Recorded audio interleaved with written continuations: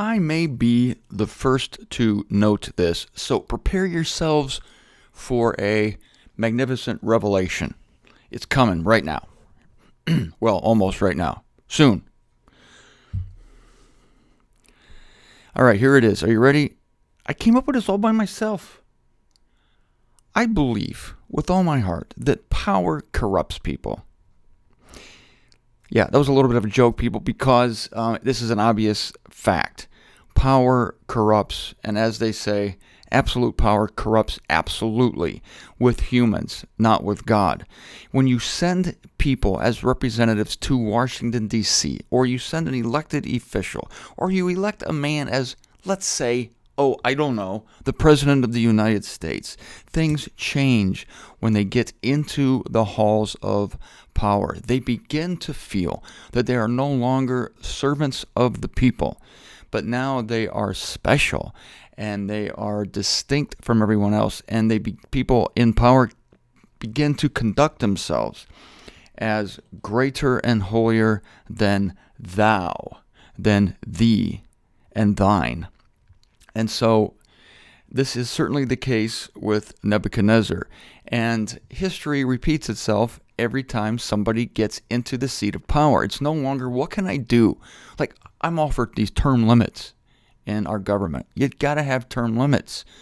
Otherwise, these people get there and they know they're going to be there forever, and they get comfortable, and it's all about keeping what they have. It's all about nurturing their position.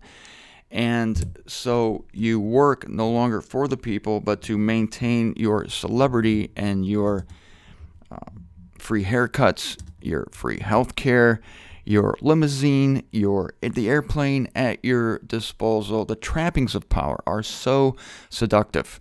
Even on smaller scale, the trappings of the world capture us.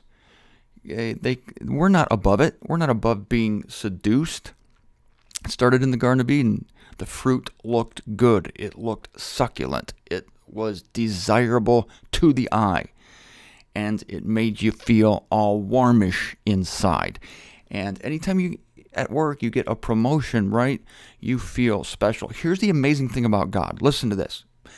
God is so amazing because he has so much power that he's the ultimate sovereign of the universe, and that behooves him to behave diplomatically and lovingly because he can destroy all of us. Now, that's the difference between humans and God. When humans get power, when they have the ability to destroy people, it makes them want to destroy people just as an evidence of their power. Prove you're so powerful, and they go in and they take their armies and they send them into foreign countries because they can. That's the rationale behind many politicians, behind world leaders, especially these terrible rogue leaders in the Middle East and elsewhere. Even Putin in Russia. I'm going to do it because I can. And it's a flexing of the muscle. And it's no different than a playground bully. The bigger guy with the muscles, he has to, show himself to be the best and the strongest, and he bullies the other people, and he does it for his own self-worth because he has no self-worth unless he lords it over other people. It's a self-worth issue. I told you the story in one of my newsletter how Arnold Schwarzenegger used to, when he traveled to bodybuilding competitions, he would show up at a competition in a loose shirt and easy flowing clothes because he knew he was Arnold Schwarzenegger. He was the best. The guys who knew they weren't the best, they were the ones posing. They were the ones preening. They were the ones in the tight clothes trying to make themselves look better than they were. Arnold didn't have to do that. He was the best. God is the best. And he's a benevolent dictator, if you will. He is the dictator. That's what his name means. His name means subjector, actually. L is subjector. And so, thank God. Aren't you glad he's a good God? In that the more power you give him, the easier he becomes. He knows he's the best. He sits there on his throne. I'm the best. I mean, a lot of us think we're God. This is the only being in the universe who is God. And he can sit back in his chair and say, I'm freaking God. And that calms him down, see? Because he has no competitors. It calms him down. But these people like Nebuchadnezzar, or Obama, they have to maintain their power because they know that they're not so great. They're not sovereigns. They're not deities. They're not supremes. They're not emperors. They may think they are. So they have to fight for it. And they have to belittle other people in order to maintain their position. And some of them will send armies into other worlds. And they will surround themselves with luxury, build kingdoms. They'll isolate themselves. That's what Adolf Hitler did from his bunker, the Reichstag in Berlin, and Berchtesgaden in the mountains. He would fortify himself with walls, with people, with yes men. Even Elvis did that. Elvis had his posse. And the reason Elvis died on the toilet of a drug overdose was because he was insulated and isolated. And this was what power will do to you. You can't trust anybody anymore because everybody wants the guy who's at the top of the hill. All these dynamics are in play in politics and in religion with humanity. Religion and politics. It's not, the church isn't above it. The church where some of you may be going to church, God help you. I'm trying to get all of you out of church. I don't know what you're doing there. But politics aren't removed from there. People want to get to he's the leader of the youth ministry. Ooh. He's the leader of the worship team. Whatever the hell that is. I got a problem with worship teams. That's for another time. Power corrupts. You have to protect it. You want more of it. Absolute power corrupts absolutely, except for God. Now, strangely enough, in Ephesians 5:1, Paul tells us to become imitators of God. It's like, oh, is that all I have to do? Can I start Monday? I'd like to enjoy the weekend. And yet we are exhorted to be imitators of God. So look at us. We have all this power. We have the Spirit of God inside of us that's someday going to be unleashed upon the universe, not to destroy it, but to bless it, because we're going to be like God in that aspect, and that the more powerful we are, the more benevolent, loving, and graceful we're going to be. And we're learning how to be that right now, right here, because in the coming era, we're going to deal with malevolent beings who have evil designs for us. We're going to be dealing with Satan. We're going to be dealing with his minions. We're going to be dealing with sovereignties, authorities, world mights of wickedness. And in order to train us to deal with those, we have to deal with idiots and liars and cheats and morons now in this life. And so in the future world, in our coming role as sovereigns of the universe, yes, I said sovereigns of the universe, we're going to be bringing a faraway, antagonistic universe back to God. And we're going to do that not by, well, maybe we will. We might be pounding people once in a while, but it will be for their own good. But for the greater part, we will have a ministry of grace, love, and peace. And we get to practice that now. That's why we're to love our enemies. I prayed for my enemies last night. I couldn't sleep. I was up till 2. And the reason was I went to a party yesterday, and somebody offered me coffee. I said, you want some coffee, Martin? I said, no, I didn't want it, but I said yes. And I drank this giant thing of coffee. Why I did that, I don't know. So I was up all night. Not all night. I was up till 2.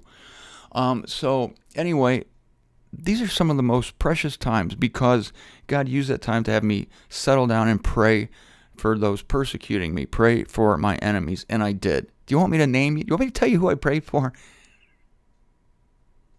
I'm not going to do that. But it was a quiet time. Once in a while I'll get down on my knees. I don't do that like as a habit, like this is a required prayer pose. But I did it because I just wanted to be closer to the floor, while I was praying for these people. So, as I think I've told you before, I think nighttime is a great time to pray for your enemies. You get more agitated, irritated during the day, and when the darkness falls and you're alone, you're quiet in your room, you realize how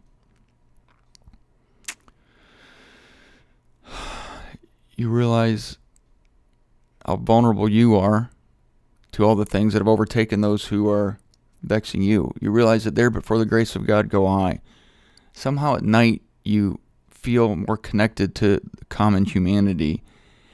And then you begin to feel sympathy, empathy for your persecutors, those who tell lies about you, and you know that they're miserable. Obama's miserable. You see how that guy's aged? His hair's turning gray in office. That happens to every president. We're going to see tomorrow, or maybe Monday, how Nebuchadnezzar aged in office. People who hide things from themselves, people who are not true to themselves, people who are in states of denial. And there are many people like that in the world. You remember what Jesus told Paul on the road to Damascus? It's hard for you to kick against the goads. What did he mean by that? I think King James says the pricks. It means that Paul's conscience was pricking him even while he was Saul the Pharisee.